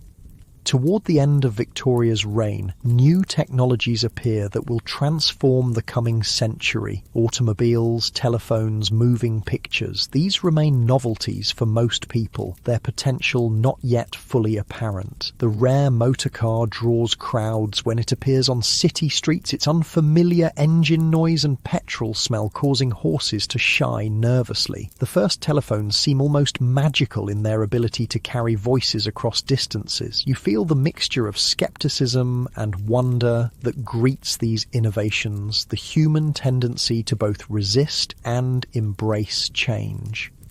As evening approaches, gas lights flicker on across London. The pace of the city slows, though never completely stops. For wealthy families, dinner becomes an elaborate ritual with multiple courses served by uniformed staff. The gentle clink of fine china and crystal, the murmur of polite conversation, the rustle of silk dresses as ladies rise to withdraw, leaving gentlemen to their port and cigars, all create a choreographed performance of refinement. You sense the invisible boundaries of etiquette, the way they both constrain and reassure, providing structure to social interactions.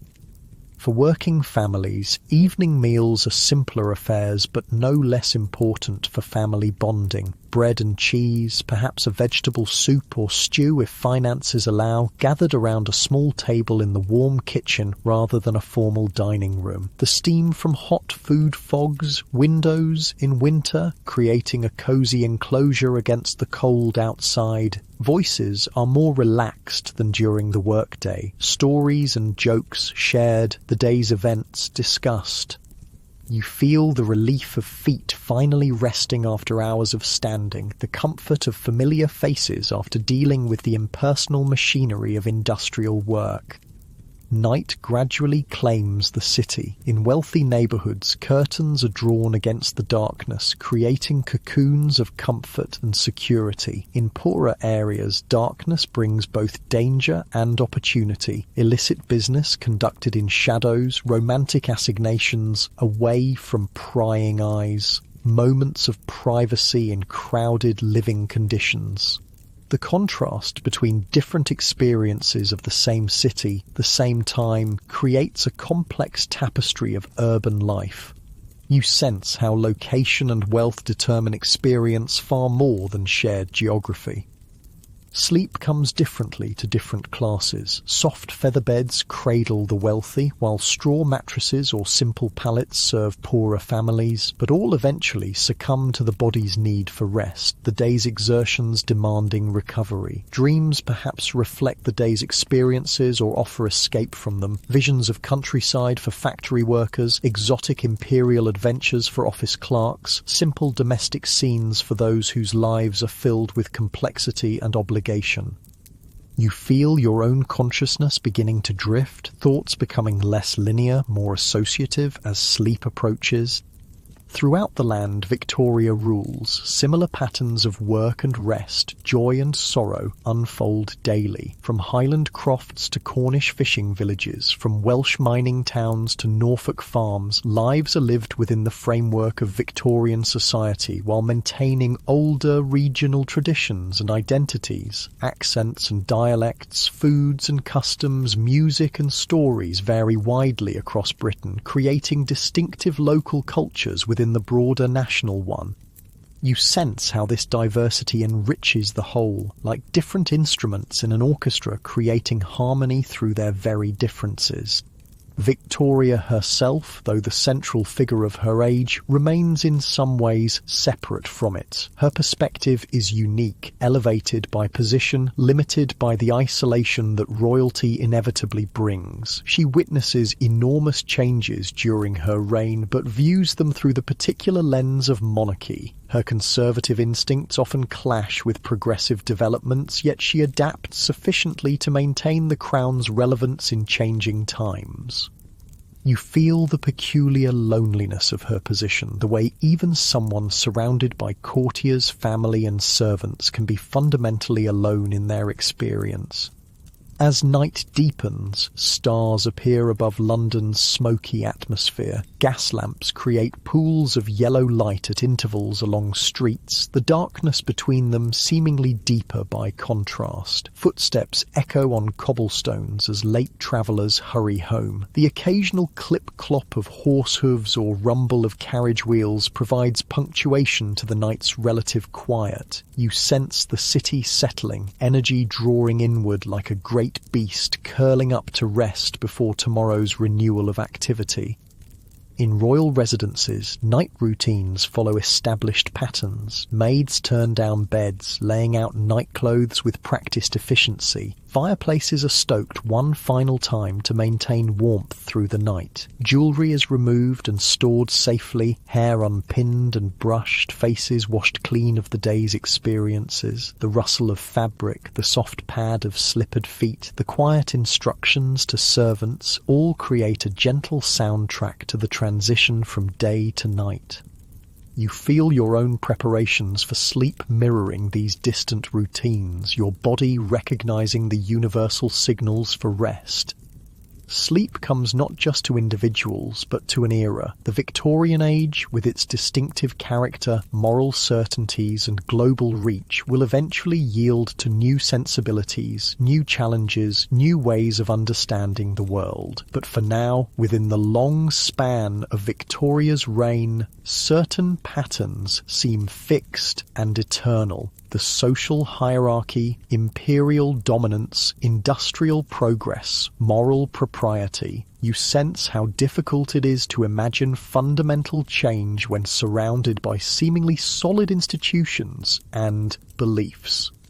As your consciousness drifts towards sleep, images from Victoria's Britain flow past like scenes from a magic lantern show. Factory chimneys against grey skies, ladies in elaborate dresses promenading in parks, ships laden with exotic cargo arriving at busy ports. Children in ragged clothes working in mines, elegant drawing rooms with aspidistras in the windows, crowded slums with open sewers, red-coated soldiers standing at attention in colonial outposts far from home.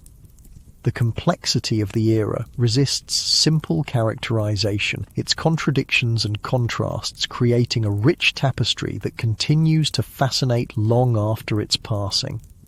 Your breathing slows, deepens. The weight of history becomes the comforting weight of blankets. Tomorrow we'll explore the final chapter of Victoria's story, the legacy she left to Britain and the world. But for now, let the rhythm of your breath match the gentle ebb and flow of time itself, carrying you to rest like a boat on a quiet sea.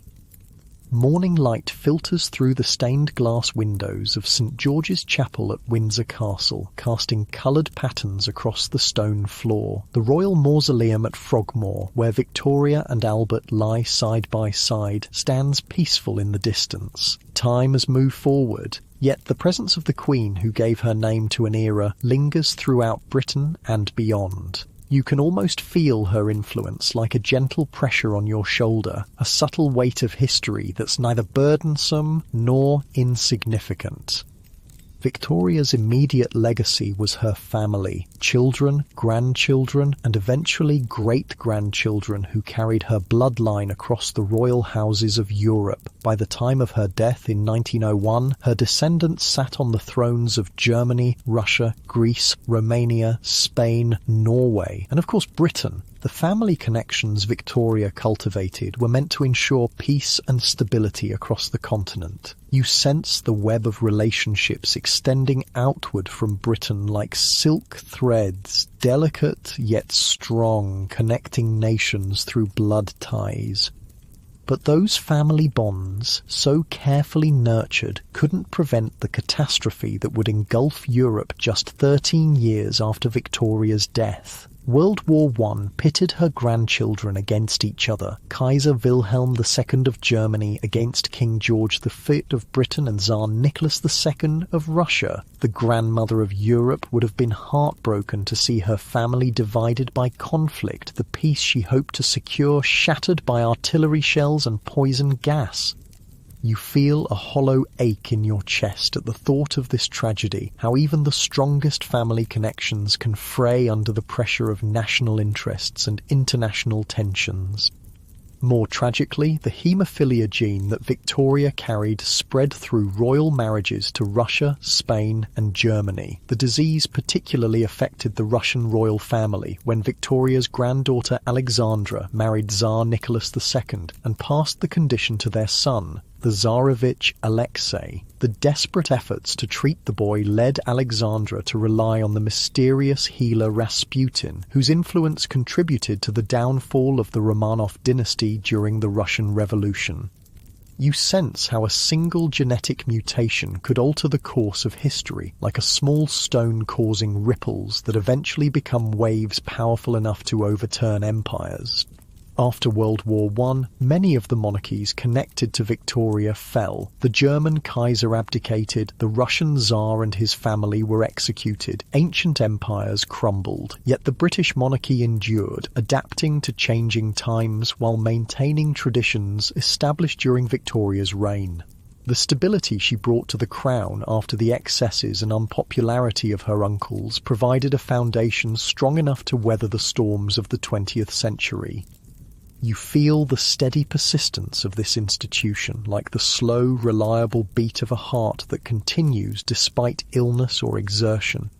In Britain itself, Victoria's legacy manifested in both tangible and intangible ways. The most visible reminders were the numerous monuments, buildings, parks, streets and institutions bearing her name. Victoria Stations in London and Manchester, Victoria Park in countless towns, the Victoria and Albert Museum, Victoria Falls in Africa, all immortalised the Queen whose reign had seemed eternal to generations who knew no other monarch. The soft echo of her name across geography creates a kind of music, a rhythm of remembrance that persists long after her physical presence has vanished. You hear it in your mind like a gentle refrain, Victoria, Victoria, connecting distant places through shared history. The Victorian buildings that transformed Britain's urban landscape continue to define many city centres today. The distinctive architecture, Gothic revival churches with their soaring spires, imposing municipal buildings of red brick and terracotta, rows of terraced houses with their bay windows and patterned brickwork, all create a recognisable Victorian aesthetic. The solidity of these structures seems to embody Victorian confidence and ambition, their detailed ornamentation reflecting an era that valued craftsmanship and visual richness. You feel the reassuring weight of these buildings, how their very permanence suggests stability in a world of constant change. The physical infrastructure created during Victoria's reign, railways, canals, sewage systems, water supply networks, formed the backbone of modern Britain. Though often hidden from view, these Victorian achievements continue to support contemporary life. The sewers, designed by Joseph Bazalgette after the Great Stink of 1858, still carry London's waste. Railway lines laid in the 19th century still form the core of the national network. Victorian engineers built not just for their time, but for generations to come, their work a testament to long-term thinking often absent in our more disposable age. You sense the invisible support these systems provide, like the frame of a body beneath the skin, essential but unnoticed until something goes wrong. Beyond the physical legacy lies something more subtle, but perhaps more significant, the cultural and moral influence of Victorianism, the values associated with the Victorian era, hard work, self-improvement, respectability, sexual restraint, family devotion, shaped British society long after Victoria's death. Though later generations would rebel against perceived Victorian prudery and hypocrisy, many of the underlying values remained influential throughout the 20th century. You feel how these inherited attitudes might shape your own thinking in ways you're barely conscious of, like water absorbing the minerals of the rocks it passes through. The Victorian emphasis on education created a more literate society, laying foundations for greater social mobility in the 20th century. The Education Acts passed during Victoria's reign established the principle of universal elementary education, a radical idea at the time. Libraries, mechanics institutes and workers' educational associations all expanded during the Victorian period, reflecting a belief that knowledge should be accessible beyond the privileged classes. The quiet rustle of pages turning, the soft scratch of pencil on paper, the whispered exchanges in reading rooms, these sounds represent an intellectual awakening that transcended class boundaries. You sense how education opens doors in the mind that can never be closed again, creating possibilities that persist through generations. Victorian literature continues to influence our cultural imagination. The novels of Charles Dickens, the Bronte sisters, George Eliot and Thomas Hardy remain widely read, their characters and settings instantly recognisable even to those who haven't read the original works. Victorian poetry, from Tennyson's The Lady of Shalott to Browning's dramatic monologues, still appears in school anthologies and inspires contemporary writers. The words of these Victorian authors flow through the currents of modern literature like underground streams, sometimes visible, sometimes hidden, but always present. You feel their enduring power in the way certain phrases or images resonate across time, creating emotional connections between readers separated by centuries. Even our concept of Christmas owes much to the Victorian era. The traditions popularised by Victoria and Albert, decorated trees, gift-giving, family gatherings, seasonal cards, transformed what had been a relatively minor religious festival into the major celebration it is today. Dickens. A Christmas Carol cemented these associations, creating a template for Christmas stories that continues to inspire holiday films and books. The scent of pine needles, the warmth of mulled wine, the crackle of wrapping paper. These sensory experiences connect us directly to Victorian innovations. You feel the comfort of these traditions, how they create a sense of continuity and belonging in a rapidly changing world. The Victorian period also saw the birth of modern sports and leisure activities. Football, rugby, cricket and tennis all developed their modern forms during Victoria's reign. Team sports in particular fostered both competition and cooperation, values that would be exported globally through imperial connections. The cheers of spectators, the thud of ball against foot or bat, the calls of teammates, these sounds represent communal experiences that build social bonds. Public parks, seaside resorts, music halls and other venues for mass entertainment also emerged during this period, democratizing leisure in unprecedented ways. You sense how these shared pastimes create community across divisions of class and background, offering common ground in a stratified society. Victorian scientific advances laid the groundwork for modern medicine, technology and understanding of the natural world. Darwin's theory of evolution, published in 1859, revolutionized biology and challenged traditional religious interpretations of creation.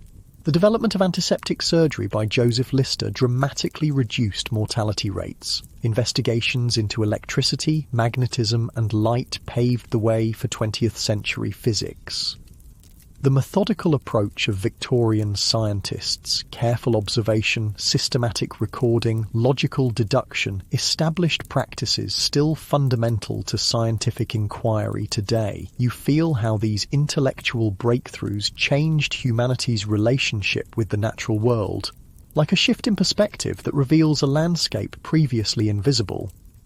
The British Empire that reached its zenith under Victoria left a complex legacy that continues to shape global politics, economics and culture. The English language spread worldwide, becoming the primary medium of international business, diplomacy and popular culture. Legal systems based on British models operate in former colonies across continents. Parliamentary democracy, though imperfectly implemented, was exported as an ideal of governance. Cricket matches draw enormous crowds in India and Pakistan, while afternoon tea remains a cultural institution from Cape Town to Hong Kong.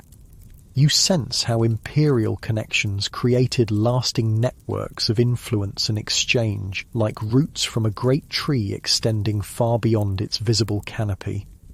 Yet the darker aspects of empire also persist. Economic inequalities, ethnic tensions, border disputes and cultural trauma. The wealth that flowed into Britain during Victoria's reign came partly from exploitation of colonial resources and labour. The confident assumption of cultural superiority that justified imperial rule left psychological scars that haven't fully healed. Contemporary debates about historical monuments, museum collections and reparations all connect to this imperial past. You feel the weight of this complicated history, how it requires acknowledgement of both achievement and injustice, the impossibility of simple judgments across the distance of time. The Victorian era's industrial innovations created the modern world, but also initiated environmental challenges that have grown increasingly urgent. Coal-powered factories that drove 19th century prosperity contributed to climate change that threatens 21st century stability. The consumer culture that emerged during Victoria's reign, making goods previously reserved for elites available to the middle classes, evolved into today's mass consumption with its accompanying waste and resource depletion. You sense how actions taken generations ago continue to shape our present reality, like a stone thrown into water creates ripples long after the initial splash. As the sun rises higher, illuminating more of Windsor's grounds, we return to Victoria herself, the woman behind the era that bears her name. Her personal qualities became emblematic of her age: a strong sense of duty, moral seriousness, emotional depth beneath a controlled exterior, adaptability within a framework of tradition. She was neither the most intelligent nor the most imaginative monarch Britain has known, but her authenticity and dedication made her remarkably effective in a role she never expected to fill. You feel a certain admiration for this consistency of character, how it provided stability during a period of unprecedented change. Victoria's journals and letters, millions of words written over her lifetime, offer unusual insight into her thoughts, feelings, and development. From the round handwriting of the young princess to the more hurried scrawl of the busy queen to the slightly shaky script of her final years, these documents trace a life lived conscientiously in extraordinary circumstances. The physical act of writing became almost a form of thinking for Victoria, a way of processing experiences and emotions. The soft scratch of pen on paper, the occasional pause as she considered her next phrase, the gentle tap of the pen being dipped in ink, these sounds represent a mind actively engaging with its world. You sense the value of this reflection, how recording our thoughts helps us understand ourselves and our place in time. The woman who gave her name to an age was, in many ways, typical of it, conventional in her moral views, sentimental in her family relationships, ambivalent about female emancipation, proud of imperial achievements while largely blind to imperial costs. Yet in other ways she defied the limitations placed on women of her era, wielding significant influence in politics and diplomacy despite her constitutional role.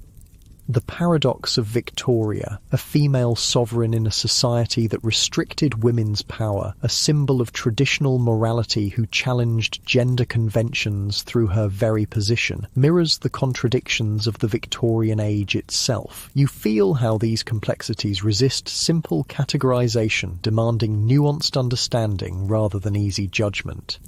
As afternoon approaches, shadows begin to lengthen across the grounds. Victoria's story connects to our own time in countless ways, from the institutions she helped shape to the values associated with her reign, from the global relationships forged during her lifetime to the family connections that linked nations. The Victorian age, those 63 years that seemed an eternity to those who lived through them, appears in historical perspective as a pivotal period of transition, from agricultural to industrial society, from limited monarchy to democratic governance, from British power to global influence. You sense how this era forms a bridge between past and present, helping us understand how we arrived at our current moment. What might Victoria make of the world today? She would surely be astonished by technologies beyond 19th century imagination: air travel, electronic communication, medical advances, space exploration. She might be dismayed by the reduced influence of Britain on the global stage and the diminished status of monarchy worldwide. The social changes, women's equality, sexual freedom, decreased religious observance, would likely shock her conservative sensibilities. Yet she might also recognise continuities, the enduring importance of family bonds, the search for meaning and purpose, the desire for stability amid rapid change. You feel this imagined conversation across time, how it illuminates both similarities and differences between her world and ours. Victoria's legacy reminds us that individuals, even those in positions of great influence, are both shaped by and shapers of their historical moment. She did not create the Industrial Revolution, imperial expansion, or social transformations that defined her era, yet her character and choices influenced how these developments unfolded. The Victorian age would have happened without Victoria, but it would have taken a different form without her particular presence on the throne for those crucial decades. You sense how this interplay between individual agency and historical forces operates in all our lives, though few of us have our names attached to an entire epoch. As evening approaches, the light takes on the golden quality of late afternoon. Visitors to Windsor begin to depart, their footsteps crunching on gravel paths, their voices gradually fading into distance. The great park grows quieter, wildlife becoming more visible as human presence diminishes. Deer emerge from woodland edges to graze in open areas, their movements delicate and alert. Birds call to one another with increasing frequency as they prepare for night. You feel the gentle transition from day's activities to evening's reflection, the natural rhythm that continues regardless of human concerns. The legacy of any historical figure is never fixed but constantly reinterpreted through the lens of changing times. Victoria has been viewed variously as a dutiful sovereign, a domestic paragon, an imperial figurehead, a symbol of repressive morality, and a woman who transcended gender limitations through her position. Each generation finds in her story elements that resonate with their own preoccupations and values. This ongoing conversation between past and present keeps historical figures alive in cultural memory, their significance evolving rather than diminishing with time. You sense how this process of reinterpretation applies to all history, making it a living dialogue rather than a static record. The sun begins its descent toward the horizon, casting longer shadows across Windsor's grounds. The stones of the castle and mausoleum absorb the day's warmth, radiating it back gradually as the air cools. Birds make final flights before seeking roosts for the night. The pace of movement throughout the estate slows, as if the land itself is preparing for rest. You feel your own energy shifting toward quieter contemplation, your thoughts becoming less analytical and more reflective as evening approaches. Victoria's story, from the unexpected heir to the grieving widow to the revered matriarch, contains elements that transcend her specific historical context. The experience of being thrust into responsibility before feeling ready, of finding strength through love and purpose through service, of enduring devastating loss and eventually finding a way forward, these aspects of her journey resonate with universal human experiences. You recognize in her struggles and resilience something familiar, a reminder that even the most elevated lives contain fundamental challenges common to all humanity. The Queen, who began her reign as a sheltered teenager and ended it as the grandmother of Europe, witnessed more change during her lifetime than many generations see collectively. The world of gaslighting and horse-drawn carriages transformed into one of electric illumination and early automobiles. The modest island nation became a global empire. The constitutional monarchy evolved into a more ceremonial role while expanding democratic participation. Through it all, Victoria adapted while maintaining core values and traditions, finding balance between preservation and progress. You sense how this capacity for selective adaptation might serve as a model for navigating our own era of accelerating change. As darkness begins to fall, lights appear in Windsor Castle's windows. Stars emerge in the darkening sky, the same stars that shone over Victoria throughout her long life. The air cools, carrying the scent of earth and grass, ancient stone and flowering shrubs. Sounds diminish, creating space for quiet reflection. You feel the day's tension gradually releasing from your muscles, starting with your feet and moving upward through your body, leaving a pleasant heaviness that welcomes rest.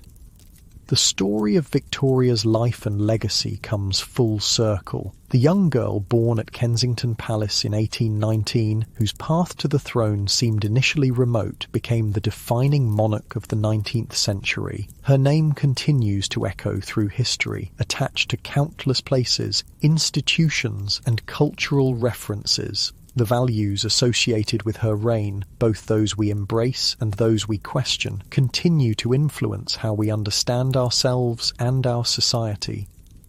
You sense how this historical continuity connects us to those who came before and those who will follow, placing our own brief lives within a longer story that stretches beyond individual experience. As night fully claims the sky, Windsor Castle stands silhouetted against the darkness, its solid presence a testament to centuries of English history. Within its walls, portraits of Victoria in various stages of her life gaze from gilded frames, the young queen in her coronation robes, the grieving widow in perpetual black, the aging matriarch with her signature white cap. These images capture moments in a remarkable journey that took her from sheltered princess to powerful sovereign to symbolic mother figure for an empire.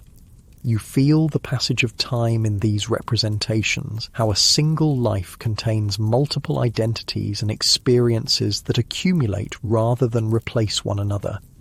The Royal Mausoleum at Frogmore, where Victoria and Albert lie side by side, rests in darkness now. The reunion she longed for throughout her widowhood finally came with her own death, though not in the form she might have hoped. Their physical remains rest together while their legacy continues to shape the world in ways both visible and invisible. The love story that became a defining element of Victoria's public image endures in cultural memory, romanticised perhaps, but genuine in its depth and impact. You sense how certain bonds transcend ordinary limitations, creating connections strong enough to influence history. As sleep approaches, Victoria's story settles in your mind like a well-read book being gently closed. The details may fade, but the essence remains. A life of duty, loss, resilience, and adaptation that spanned nearly the entire 19th century and helped shape the modern world. Your breathing deepens, matching the steady rhythm that carries us all through time's continuous flow. Past, present, and future exist simultaneously in this moment of transition between wakefulness and sleep, the boundaries between them softening like watercolours blending on paper. Your limbs grow heavier, pleasantly weighted as if gravity has increased slightly. Thoughts become less structured, more associative, images and impressions flowing into one another like streams joining a river. Victoria in her coronation robes transforms into Victoria. Surrounded by her children transforms into Victoria as the aging empress of a global empire. These versions of the same woman seem to exist simultaneously, reminding us that identity is never fixed but constantly evolving while maintaining a core continuity. You feel your own self similarly fluid at this boundary of consciousness, both familiar and slightly strange. Sleep comes like a gentle tide, gradually rising to cover the shores of wakefulness. The story of Victoria, the woman, the queen, the symbol, merges with your own dreams, perhaps influencing their content in ways you'll never consciously recognise. The Victorian world, with its particular sights, sounds and sensations, dissolves into the universal experience of rest that connects all human beings across time and place. Your breathing slows further, your heartbeat steady and strong, your body releasing the final tensions of wakefulness. And so we leave Victoria to history and ourselves to sleep, knowing that the connections between past and present continue to shape our world in countless ways. The Victorian age, that remarkable period of transformation, contradiction, achievement and limitation, remains alive in our institutions, our values, our built environment, and our cultural imagination. As consciousness fades into dreams, you carry this knowledge with you, a reminder that we are all part of a story much larger and longer than our individual experience, a story that began long before us and will continue long after, connecting generations through the shared experience of being human in an ever-changing world.